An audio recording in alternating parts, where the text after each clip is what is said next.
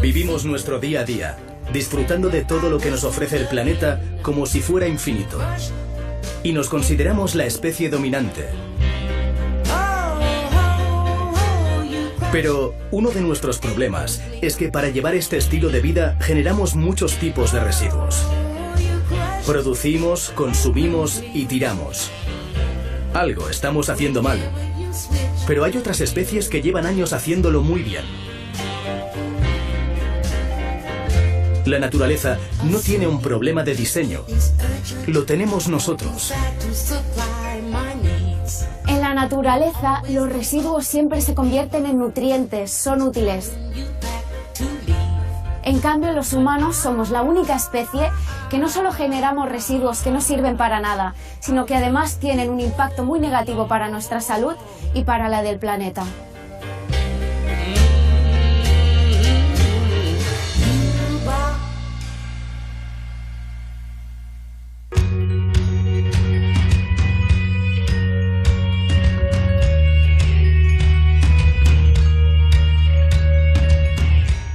A finales del siglo XIX y con la llegada de la revolución industrial empieza la economía lineal.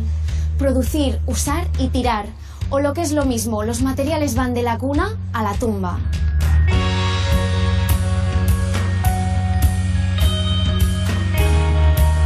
El concepto de la cuna a la cuna nos propone un cambio, pasarnos a la economía circular. Producir, consumir y cerrar el ciclo para eliminar el concepto de residuo. La basura pasa a ser un recurso, un nutriente biodegradable para el ecosistema o una materia con infinidad de usos. Por ejemplo, la camiseta que llevo no proviene de campos de algodón, sino de conciertos de música. Artistas como Jason Mraz han participado en este proyecto, donde los propios fans donaban sus camisetas para reciclarlas. Una vez cortadas y trituradas, con la fibra resultante se conseguía el hilo para tejer la nueva colección de la próxima gira. Y hablando de recuperar materiales, las zapatillas que llevo son de hilo de poliéster, hecho a partir de botellas de plástico desechadas y recicladas. Sea como sea, siempre podemos darle una segunda vida a lo que consumimos. Por ejemplo, en esta planta de reciclaje textil se procesan 25 toneladas diarias de ropa de segunda mano, como esta chaqueta. A veces lo más sostenible es alargar la vida de lo que ya existe.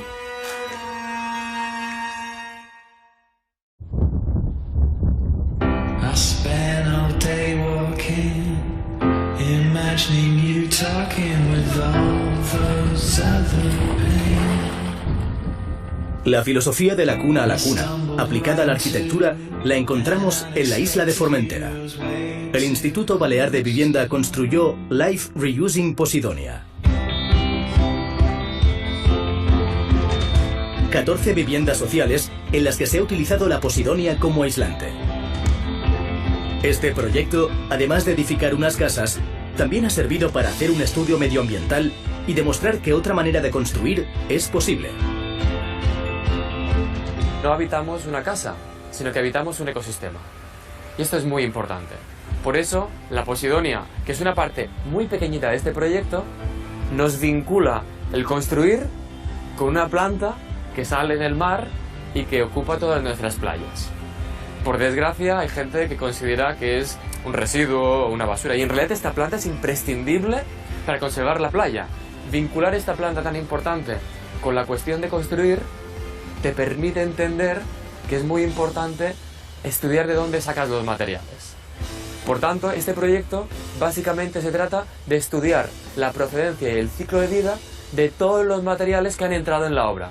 Así que aparte de la posidonia, que nos sirve como concepto, casi como anuncio, todos los materiales de esta obra son distintos, porque se ha priorizado que sean locales, que sean ecológicos, y cuando no existía se ha traído la mejor versión desde fuera.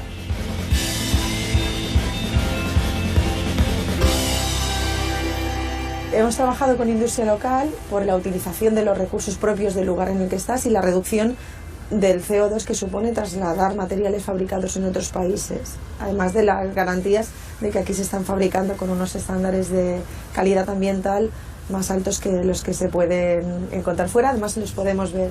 Y por otro motivo es relanzar esa industria local que está poco a poco muriendo, que decir que es posible utilizarlos en proyectos grandes, no hace falta solamente en una reforma de una unifamiliar, se puede utilizar en proyectos, incluso en proyectos públicos, como ha sido el caso de las viviendas de Formentera, y eso es un poco ayudar a que la industria de aquí, los materiales de aquí y lo de siempre de Mallorca, de las Islas Baleares, pues se pueda relanzar y se pueda utilizar en proyectos más grandes.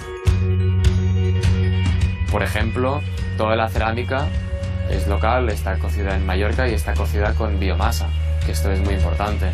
La cal también está cocida con aceite reciclado. Esto significa que no consumes ni gasoil, ni gas para cocer estos materiales. También hemos utilizado piedra de marés, porque de hecho Formentera es un trozo de piedra de marés en medio del mar.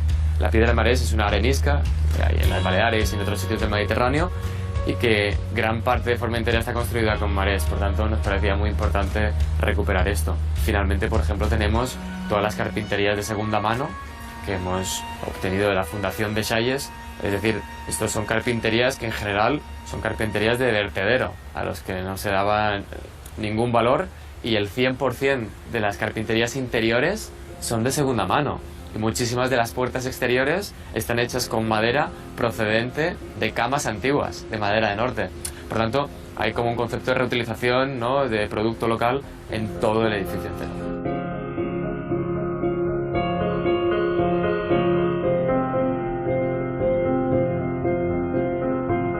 Si te planteas de dónde van a salir los materiales y te planteas en qué se van a convertir si algún día hay que demoler el edificio, pues eso es el cradle to cradle, ¿no? Entonces, intentar que todo lo que saques o sea renovable o tenga un impacto ambiental muy limitado, y saber qué va a pasar cuando el edificio se desmonte.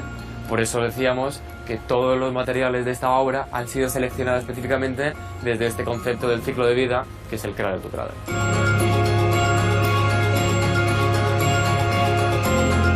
Hay que darle un poco la vuelta a la construcción y a la vida en general. Entonces, nosotros hemos empezado con este proyecto, que no era un proyecto en sí, sino un proyecto de investigación, una manera de hacer en el futuro, y entonces lo aprendido en ese proyecto lo estamos llevando a cabo en los proyectos que estamos elaborando ahora mismo en el IBABI. El biólogo Ignasi Cubiñá es un defensor a ultranza de la filosofía de la cuna a la cuna. Está convencido que el cambio es posible, y no solo de palabra, también con hechos.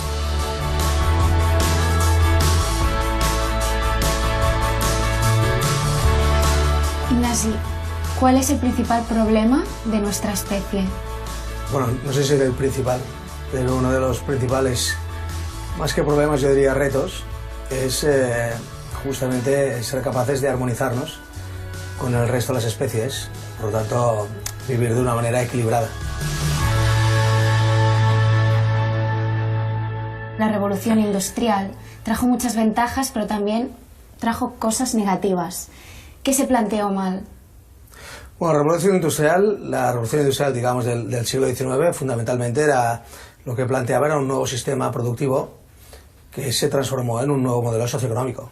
Pero nunca se planteó desde el punto de vista de cuán escalable sería el modelo y si realmente esto tenía algunos impactos negativos, porque en su momento, y con una visión que era típica de la época, que era una visión, sobre todo en las ciudades, prácticamente de subsistencia, pues lo que se pretendía era producir más, generar más puestos de trabajo y llegar a un nivel de subsistencia mínimo, ¿no? ¿Y podemos seguir así? Hombre, con el modelo del siglo XIX seguro que no.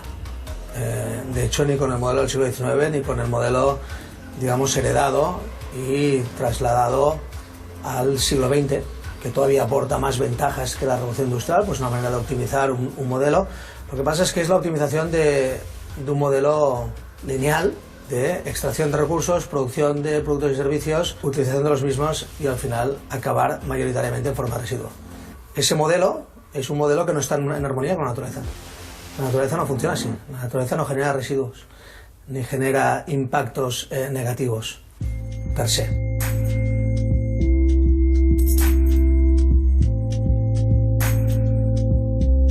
El concepto de la cuna a la cuna plantea una alternativa a todo esto. ¿En qué consiste? El concepto se inspira en la en el funcionamiento de la naturaleza. Por lo tanto, se define 3 principios que son universales, que es la eliminación del concepto de residuo, el utilizar como única fuente de energía fiable las energías renovables de origen solar y celebrar la diversidad. Por lo tanto, generar oportunidades, la diversidad biológica, la cultural y la conceptual. A partir de esos 3 principios se crea toda una filosofía que, sobre todo amparado en el concepto de diseño, plantea una nueva manera de diseñar, producir, utilizar y disponer de cualquier tipo de producto o servicio que podamos llegar a producir. Dentro de todo esto, los materiales entonces son una pieza clave. Es importante apostar por nuevos materiales innovadores que o bien sean biodegradables o reutilizables o reciclables. Los materiales son las piezas del Lego de todo el sistema. Entonces, hay 2 cosas muy importantes en los materiales. Primero, en cómo se diseñan los materiales, con qué materias primas que pueden ser o bien renovables o bien reutilizables de manera indefinida, hacerlas además de una manera que su obtención o su coste de obtención sea lo más bajo posible, tanto económico como que no tenga un coste medioambiental. Esto es fundamental. A partir de ahí, la otra cosa fundamental es cómo utilizar esos materiales para diseñar productos. Para conocer algunos materiales que pueden influir en el diseño futuro, entramos en Materfat, el Centro de Materiales de Barcelona. Materfat desarrolla una labor de investigación, cataloga materiales, hace formación a diseñadores y arquitectos y difunde los más de 4.000 elementos que tienen en su base de datos a través de su materioteca y su web.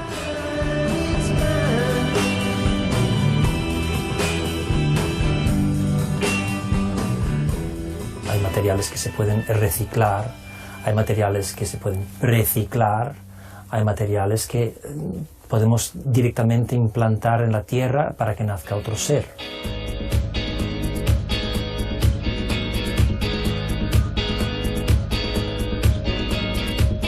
Entre los materiales que tenemos aquí en Materfat, que son más de 4.000, tenemos también materiales que son cuna. Aquí podéis ver una selección que hemos hecho. Esto es un cuenco hecho de un material que conocemos todos, es el café. El café, o sea, el marro del café, aquello que tiramos.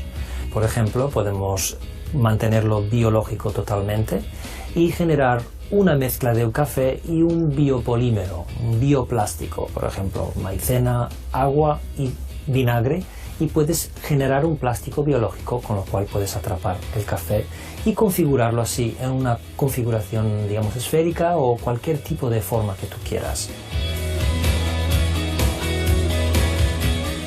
Este material es un material que conocemos, es el papel periódico. Podemos colectar el papel y comprensarlo después de un tratamiento en solución acuosa contra un molde porosa y generar aquello que se parecería a un papel súper grueso.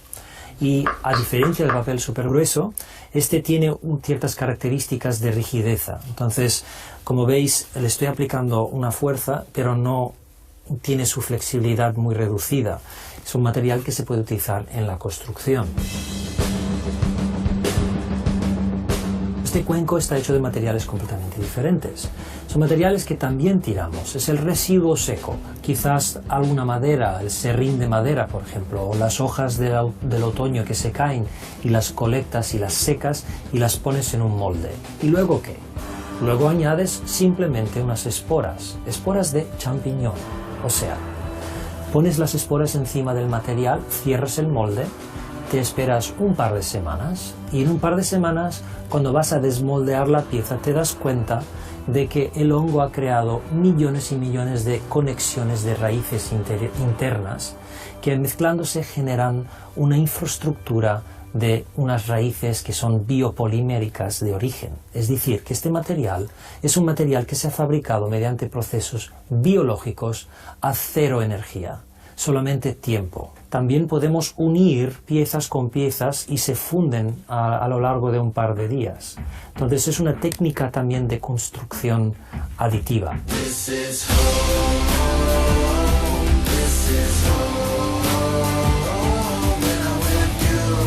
Una prueba de ello lo vemos en el proyecto Hi-Fi de Living New York.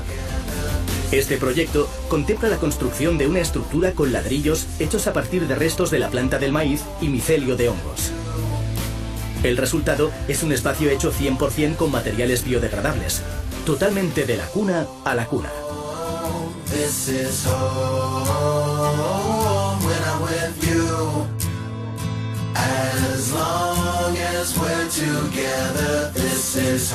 Y dentro de la arquitectura, ¿cómo se pueden aplicar estas ideas del cradle to cradle? Bueno, la arquitectura es uno de nuestros contextos principales. ¿Por qué? Porque los edificios y la arquitectura y el sector de la construcción en general es, como sector único, es el mayor utilizador de recursos del planeta.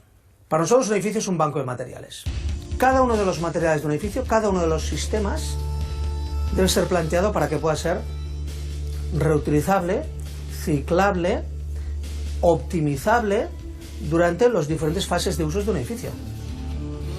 No hay nada más insostenible en edificación que hacer un edificio para un solo uso.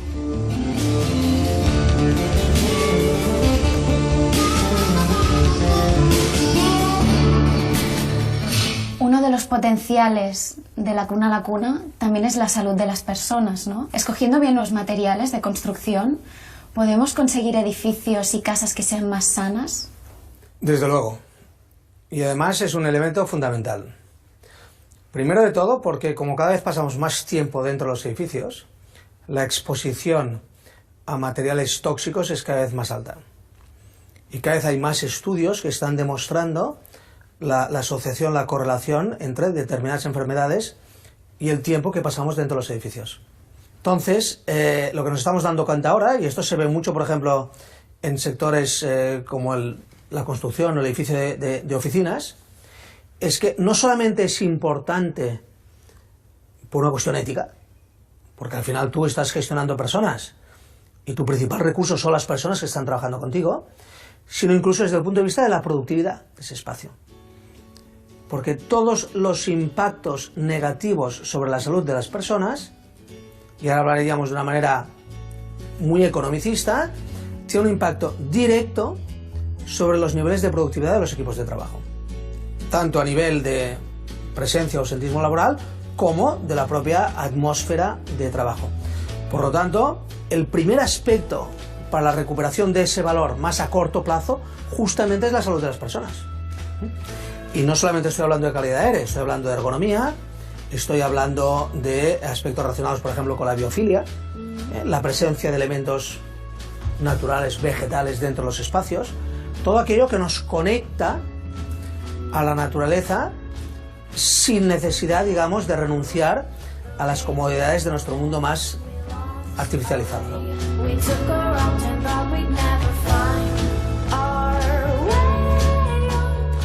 ¿Cómo podemos acelerar este cambio? Para mí un elemento fundamental es algo que está en boga especialmente estos días, que es la transparencia. La transparencia entre los diferentes actores que participan en este modelo. ¿Por qué es importante esto? Porque es importante disponer de la información adecuada. Tú, para poder rediseñar o reutilizar productos, necesitas saber exactamente de qué está hecho el producto. Si no, los costes adicionales son demasiado altos. Eso genera que hay que generar un clima de confianza entre todas las partes. Proveedores, fabricantes, usuarios, inversores. La transparencia es la clave de la economía circular.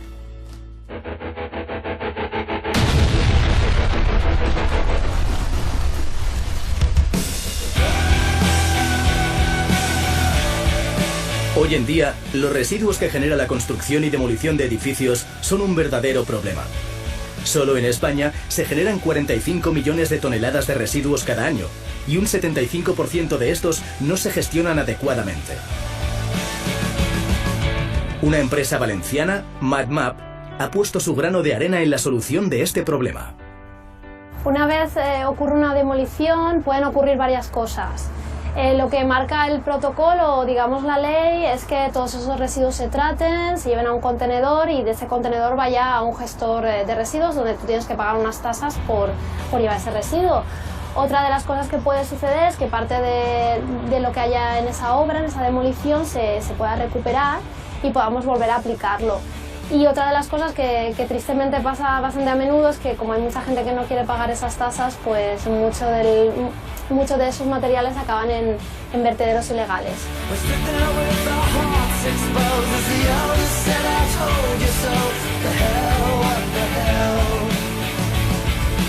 Bueno, el sector de la construcción es el sector que más residuos genera después del sector industrial, y creo que socialmente la gente no tiene idea o no entiende la medida o el volumen que implica todos los residuos que se generan al año en este sector. Estamos hablando de 1 millón de toneladas por persona y año solo en España, entonces estamos hablando de números altísimos.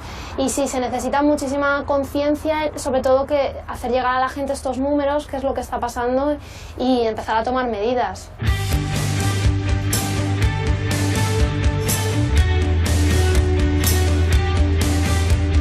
Pues nosotros con MadMap lo que estamos haciendo es utilizar la tecnología para dar salida a todos esos materiales que son potencialmente reutilizables y que se pueden volver a aplicar. Es decir, que están en perfecto estado, que salen de una obra o de una sobreproducción, y directamente los enviamos a ese cliente que lo pueda necesitar, que está haciendo su obra y que tenga esa necesidad de utilizar materiales.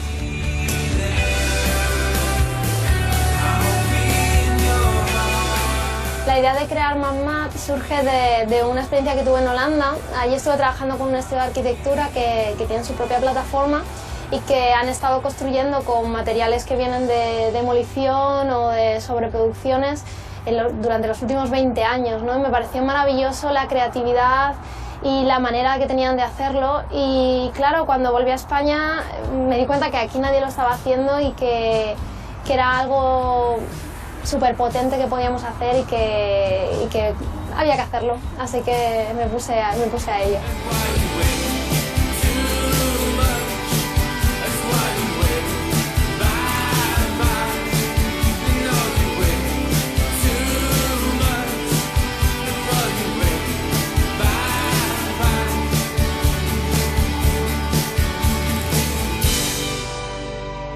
Cada persona en España genera alrededor de 500 kilos de basura al año, pero en realidad podríamos llegar a reducir nuestros residuos anuales a lo que cabe en este jarro.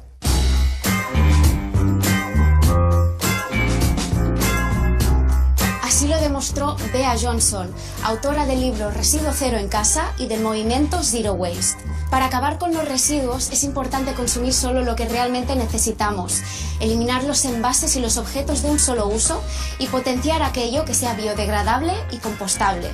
Porque al final el objetivo no es reciclar más, sino reciclar menos.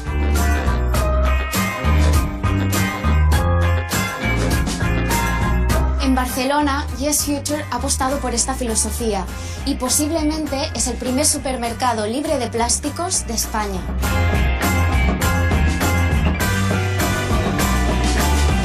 Para promover estos cambios también es importante visibilizar la cantidad de residuos que llegamos a generar.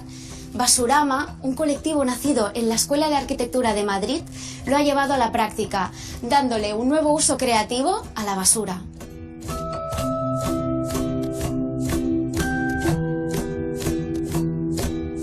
La basura para nosotros lo es todo, en realidad, ¿no? Es un recurso, es una forma de relacionarnos, es una manera de pensar, es una manera de hacer. Pero no entendemos la basura como el concepto que normalmente le da la gente, ¿no? O sea, para nosotros siempre decimos un poco así generalmente que la basura no existe, ¿no? Que la basura es, pues, una etiqueta o una definición que le ponemos a aquellos recursos que para nosotros en ese preciso momento no son útiles, pero que no se puede negar que si son útiles para los demás pueden tener un valor y por lo tanto pueden tener un potencial, ¿no?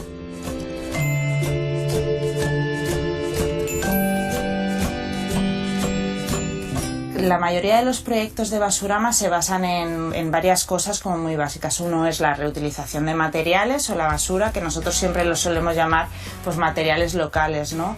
Otro siempre es hacer con otros, es decir, generar red, trabajar con comunidades, trabajar con otros, porque creemos que en todos los proyectos son mucho más interesantes, hay muchas más capas, son mucho más complejos y lo pasamos mejor también si lo hacemos con otras personas.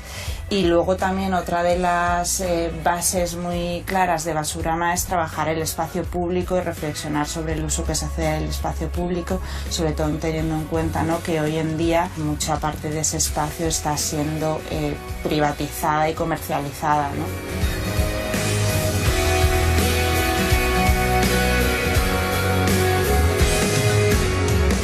En muchos de nuestros proyectos, más que el resultado final, es muy importante el proceso, y en el proceso es una forma de hacer también, ¿no? Si nosotros llegábamos a Taipei o a Ghana a pensar sobre su espacio público y cómo quieren diseñarlo, ¿quién mejor que esas personas para saber cómo lo quieren, cómo lo desean, cómo lo sueñan, ¿no? O sea, hablar con ellos y hacerlo con ellos es una parte fundamental.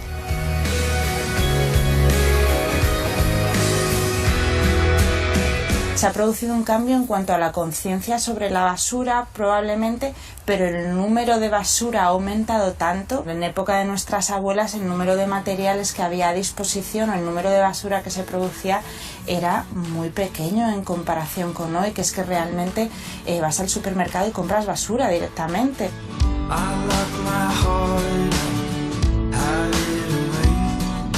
La esperanza yo creo que está en que, bueno, pues es verdad que hay parte de concienciación y hay, yo creo que un movimiento tanto, bueno, desde colectivos o de ciudadanos que sí que son conscientes que hay un modelo que está agotado y que tienen que empezar a hacerse otras formas de hacer. Y yo creo que ahora mismo estamos en esa transición, ¿no?, de modelo en el cual todavía no sabemos muy bien cuáles son las soluciones, pero se están empezando a testear muchas cosas y está pasando en lo público, ¿no?, en pues las nuevas institucionalidades. Ya las cosas no vienen siempre de arriba abajo, ¿no? Hay mucho bottom-up, que lo llaman ahora, ¿no?, que las cosas van de abajo arriba. Hay sistemas de gestión mixtos, por ejemplo, centros culturales, hay sistemas de gestión mixtos de espacios públicos, hay una red de huertos infinita, por ejemplo, en Madrid y en el resto de España, en solares, en la ciudad, ¿no? Esos son testeos y prototipos de nuevas formas de habitar y nuevas formas de hacer ciudades, ¿no? Entonces, ahí hay ejemplos.